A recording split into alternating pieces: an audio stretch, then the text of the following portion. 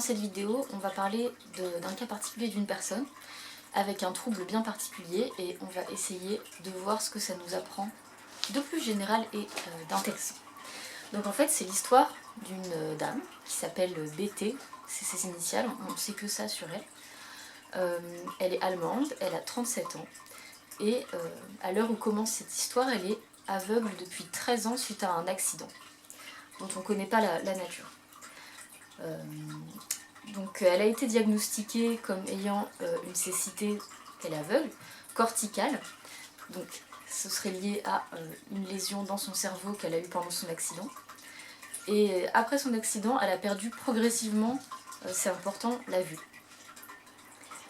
Donc comme je disais, à l'heure où commence l'histoire, ça fait 13 ans qu'elle a perdu la vue. Et en fait, elle arrive chez un psychiatre qui est spécialisé dans le traitement des troubles dissociatifs de l'identité. Donc le trouble dissociatif de l'identité, c'est ce qu'on connaît plus souvent sous le terme de personnalité multiple. Mais en fait, depuis 1994, ça n'a plus ce nom dans le DSM, c'est plus le nom officiel qui est utilisé. Mais voilà, on connaît encore beaucoup ce trouble sous ce nom-là. Au bout de 4 ans de thérapie avec ce psychiatre, un jour alors qu'elle quitte la séance, et alors que c'est important, elle est dans une autre personnalité, une autre identité à ce moment-là, qui est celle d'un adolescent, et bien elle arrive à lire un mot sur un magazine sur la table. Et à partir de là, le psychiatre et elle vont commencer à travailler sous hypnose, et essayer de retrouver cette vue qui, de toute évidence, est possible. De toute évidence, il n'y a pas de lésion irréversible dans le cerveau, et le problème se situe ailleurs. Donc au bout de plusieurs années, elle a pu progressivement retrouver différentes fonctions visuelles. Donc elle va progressivement, au fil des années, retrouver la vue, jusqu'à ce que la majorité de ses personnalités puissent voir la majeure partie du temps. En effet, donc, selon sa personnalité, elle ne le voyait pas forcément du tout, ou pas pareil, pas autant, pas de la même façon. L'article que j'ai lu décrivait ça comme un interrupteur, c'est-à-dire qu'en fonction de quelle personnalité était en train de guider son corps à ce moment-là, eh bien c'était on ou off, elle voyait ou elle ne voyait pas. Et ce qui est important de comprendre, c'est que cette dame, elle a subi des IRM, sa cécité a été vraiment prouvée. Donc ces IRM, ils prouvaient en fait que quand ces autres identités aveugles étaient en possession de son corps à ce moment-là, son cerveau présentait une absence totale de réponse aux stimuli visuels, contrairement aux personnes sans cécité. C'est-à-dire que, tout simplement, peut-être qu'on peut faire semblant d'être aveugle en regardant droit devant soi et en n'ayant pas de réaction si on nous montre quelque chose, mais par contre, on ne peut pas pousser ce niveau de simulation jusqu'à nos ondes cérébrales et la façon dont elles réagissent à des stimuli visuels. Donc moi, quand j'ai entendu cette histoire, je trouvais ça vraiment ouf, dans le bon sens du terme, sans péjoration aucune.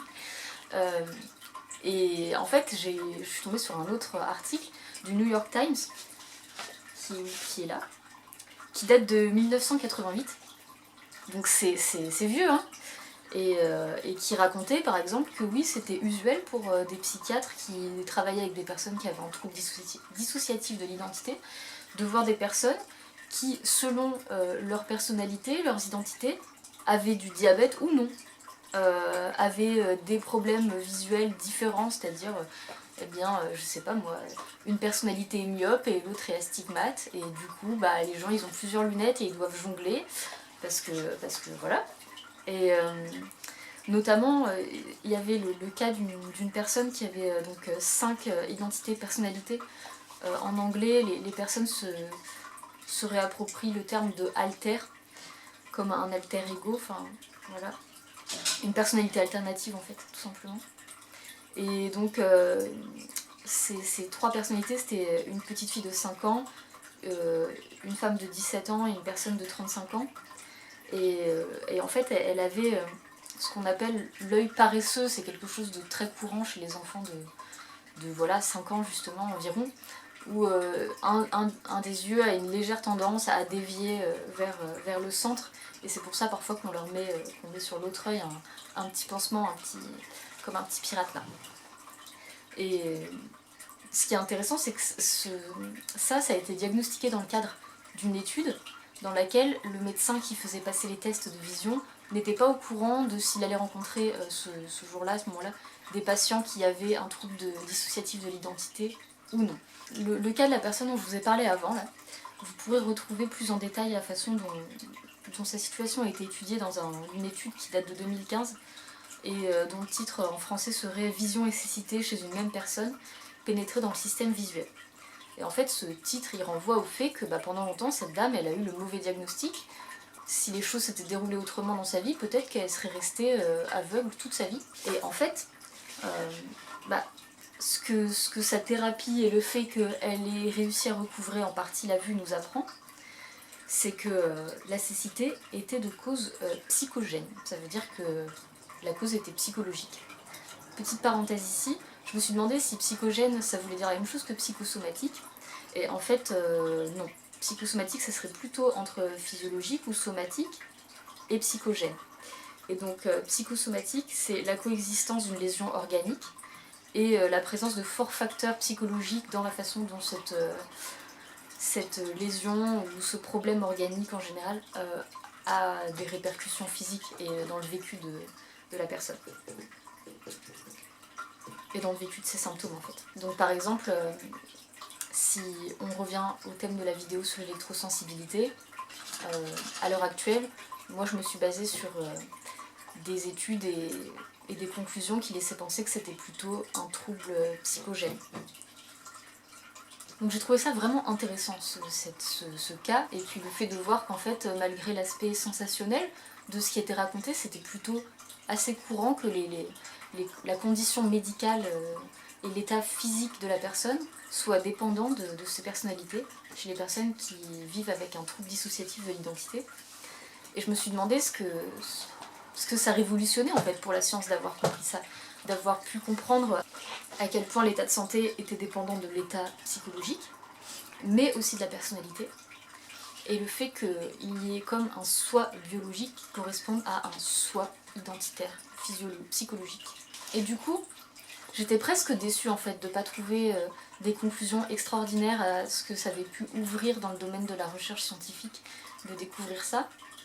Et puis finalement, à force d'avoir regardé diverses vidéos sur et par des personnes qui ont un trouble dissociatif de l'identité, et dont je mettrai des références dans la boîte de description, je me suis rendu compte que...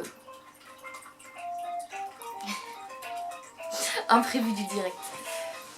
C'était ma maman et elle n'a pas le Covid. Je partage avec vous cette bonne nouvelle. Donc où est-ce qu'on en était? Oui.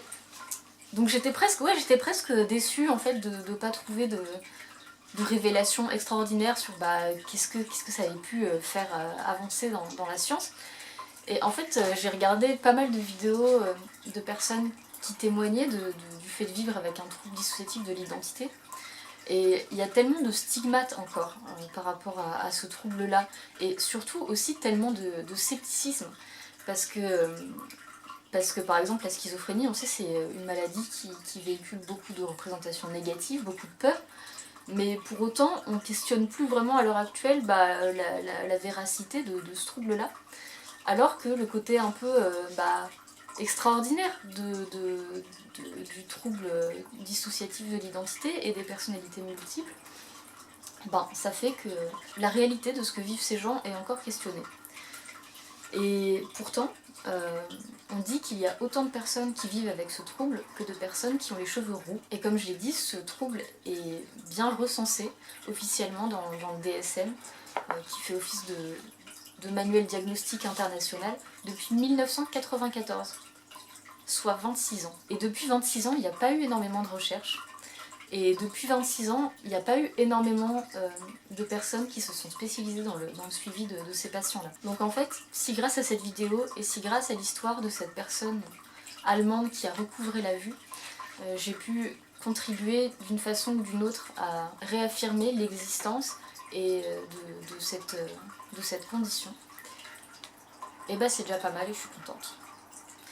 Et pour rappel, si vous-même vous avez l'impression de vous reconnaître dans certains des troubles qui sont décrits, bah restez pas seul. Tout le monde a besoin d'aide à un moment ou à un autre de sa vie. Tout le monde est légitime à demander cette aide. Et si vous ressentez du désespoir, vous pouvez toujours demander de l'aide ici. Et en parlant de Covid, vous pouvez aussi trouver de l'aide en lien avec la situation actuelle ici. Avant de vous quitter, j'aimerais vous dire que les vidéos que j'ai mises dans les liens de description sont vraiment intéressantes et j'espère que vous prendrez quelques minutes additionnelles pour aller rencontrer ces personnes qui vous partagent leur vécu. A bientôt!